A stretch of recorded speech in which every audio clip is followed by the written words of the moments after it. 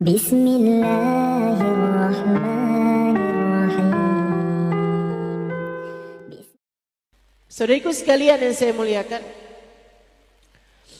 orang-orang yang matinya su'ul khatimah. Guru saya Sayyidil Habib Umar bin Hafid pernah bercerita. Kata beliau, ada seseorang tinggal di Madinah.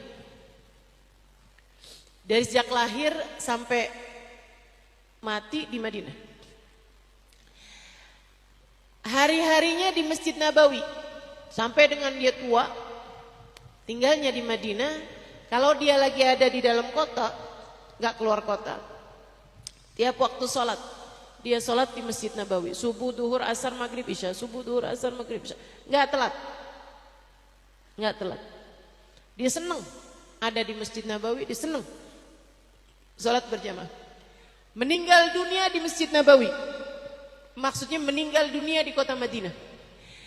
Disolati di Masjid Nabawi. Kemudian dikuburkan di Baqi'. Dikuburkan di Baqi'. Saudaraku sekalian, dikuburkan di Baqi'.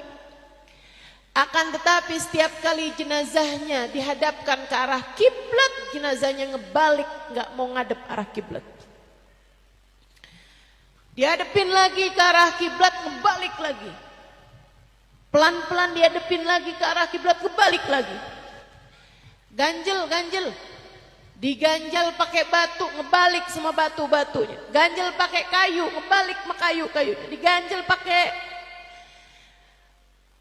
besi, ngebalik sama besi-besinya. Ditanyakan kepada syekh pada zaman tersebut, dihadirkan. Ya Syekh, ini begini keadaannya gimana nih Syekh? Kata Syekhnya, ma'arada rabbuka illa bi'adha fakhallu. Allah emang maunya kayak begitu, udah biarin aja. Kita gak bisa bikin apa-apa terhadap maunya Allah SWT. Ini artinya apa ya Syekh? Syekh tersebut menjawab, innahu laisa min ahlil kiblah. Artinya orang ini bukan termasuk dari ahli kiblat. Artinya orang ini bukan termasuk umat Nabi Muhammad. Artinya orang ini mati bukan termasuk di antara umat Islam. Disolatkan di Masjid Nabawi, dikuburkan di Baqi'. Kenapa Syekh sebabnya? Syekhnya bilang kalau itu saya nggak tahu. Silakan tanyakan kepada keluarganya. Yang biasanya kenal sama orang kan yang paling dekat sama dia kan. Maka ditanyakanlah pada istrinya dan anak-anaknya. Istrinya bilang, suami saya soleh. Suami saya sholat gak tinggal, sedekah gak kurang, haji umroh. Suami saya gak kurang-kurang ngasih nafkah sama anak-anak. Suami saya gak kurang-kurang ngasih nafkah kepada istri, penuh tanggung jawab. Suami saya gak pernah ngerebut harta orang lain. Suami saya gak berani terhadap yang haram-haram.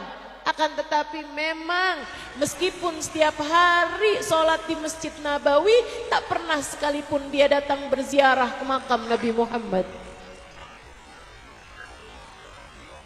Hatinya kosong dari rasa cinta kepada Nabi Muhammad.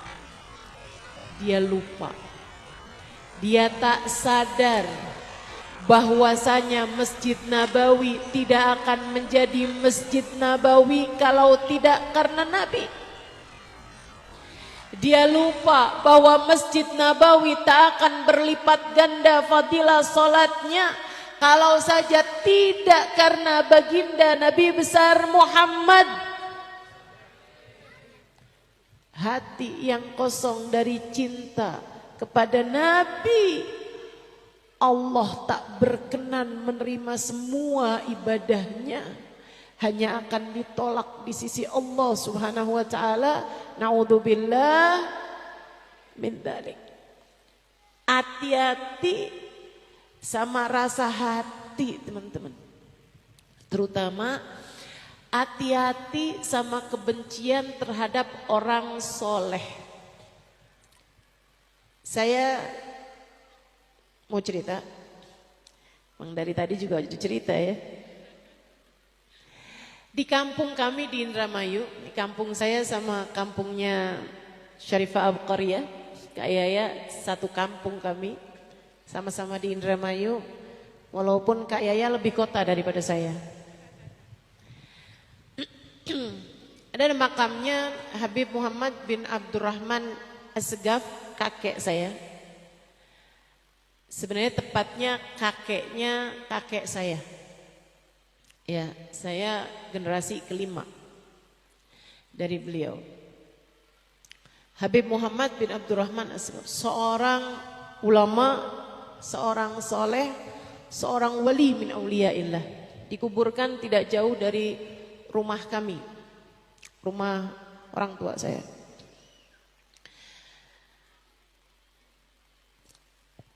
Makam beliau di masa saya kecil itu belum ada bangunannya.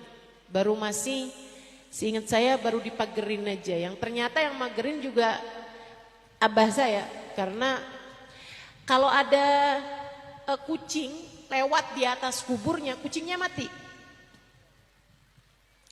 Kalau ada ayam lewat di atas kuburnya, ayamnya mati besoknya.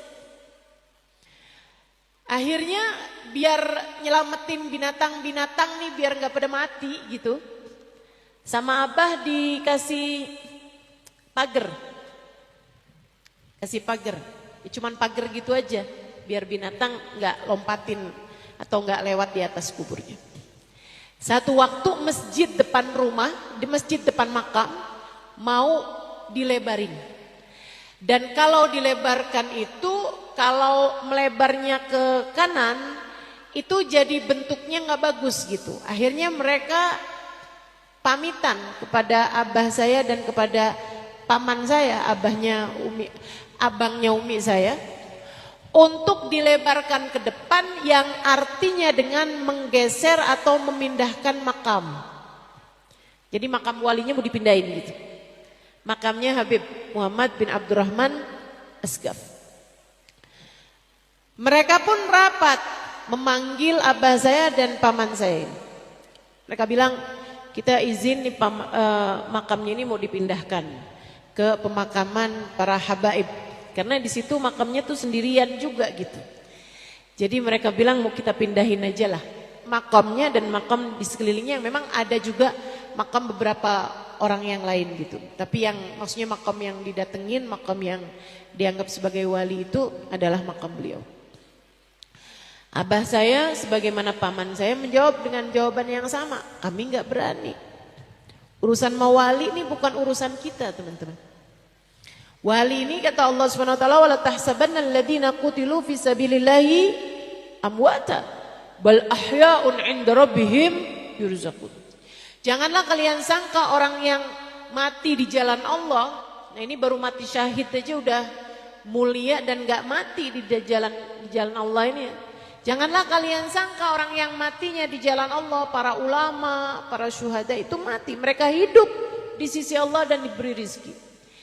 Jadi abah dan paman saya bilang kita nggak berani, kami nggak berani. Kami akan istikharah dulu. Biarkan yang di dalam makam memberikan jawaban, mau apa enggak dipindahin.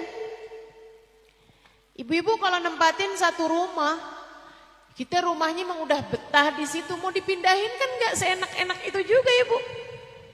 Ini apalagi waliullah, kasih Allah gitu. Ada satu orang dari pengurus di masjid tersebut gitu. Dengan bahasa merendahkan, dengan bahasa meremehkan dia bilang kayak begini. Allah udah mati ini cungkil aja beres. Udah mati ini cungkil aja beres gitu, dengan isyarat tangannya tuh kayak yang meremehkan sekali. Ya. Kemudian meeting pun atau rapat pun selesai, gitu kan ya? Dengan tetap pemikiran bahwa kita nggak berani untuk melakukannya. Kami akan beristikharah, minta jawabannya.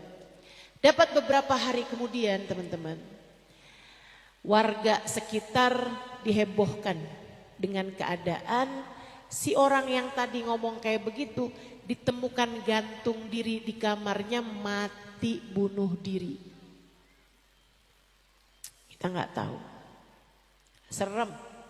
Jangan berani-berani deh sama para walinya Allah Subhanahu wa taala.